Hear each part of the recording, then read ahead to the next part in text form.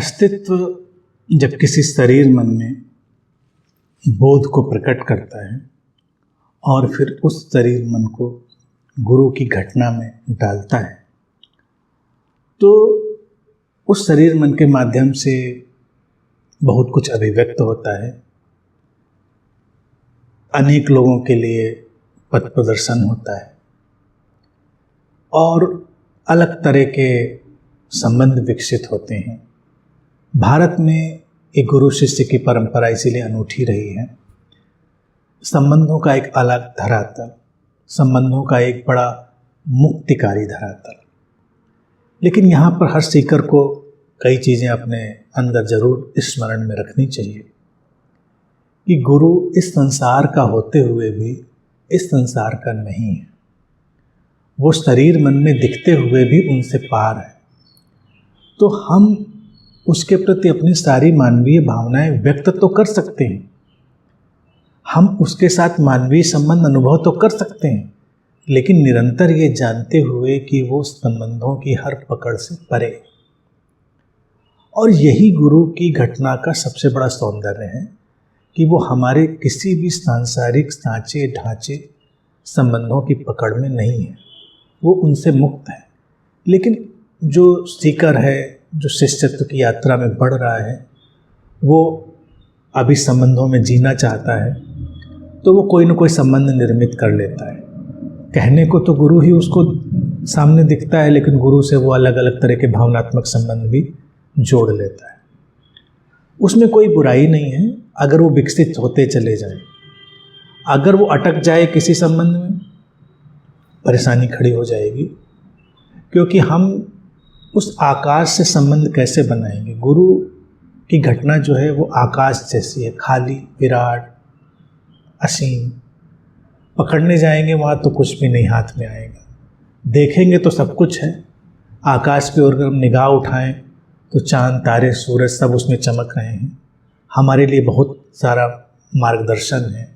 जैसे आसमान में चमकते सूरज से प्रकाश आता है और हमारे पथ को आलोकित कर देता है, ऐसे गुरु की घटना भी है। उस जो आकाश जैसी है उसके भीतर भी कई सूरज चमकते हैं, चांद तारे चमकते हैं, हमारे पथ को आलोकित करते हैं। लेकिन हमको कोई पकड़ नहीं बनानी है। और जब हम अपनी कोई पकड़ नहीं बनाएंगे और उसके साथ चलते रहेंगे, तो ये जो गुरु के साथ संबंध है वो बड़ा रोचक है, उसको ध्यान में रखना चाहिए। मैं स्वयं इन सारी बातों को, इनके द्वंद्व को अक्सर देखता हूँ शिष्यों के मन में, खोजियों के मन में, और उनके साथ मैं भी उस खेल में शामिल रहता हूँ, हो जाता हूँ। लेकिन उनको ये ध्यान रखना है कि ये संबंध आसमान से संबंध है, शून्य से संबंध है, और उनको भी अंततः उसी शून्य में प्रवेश करना है। अंतिम संबंध तो तभी घटेगा जब शून्य में लीन हो जाए, यानी कि स्रोत में शिष्य भी प्रवेश कर जाए। गुरु स्रोत में जी ही रहा है, स्रोत एक ही है। इसीलिए भारत में हमने गुरु शिष्य के संबंध को एक परम संबंध माना, क्योंकि बाकी सारे संबंध तो किसी न किसी सीमा में हमको पकड़ के रखेंगे ही, लेकिन गुरु का और शिष्य का संबंध जो है प्रारंभ तो होगा किसी सीमा से, यानी किसी भी भावना से, लेकिन उसका अंत होगा सीमाओं के विलीन हो जाने से। जहाँ पर शिष्य मिट जाता है, गुरु मिट जाता है, और बचता है केवल एक महाशून्य। इस बात को स्मरण करके हर शिष्य को आगे चलना है।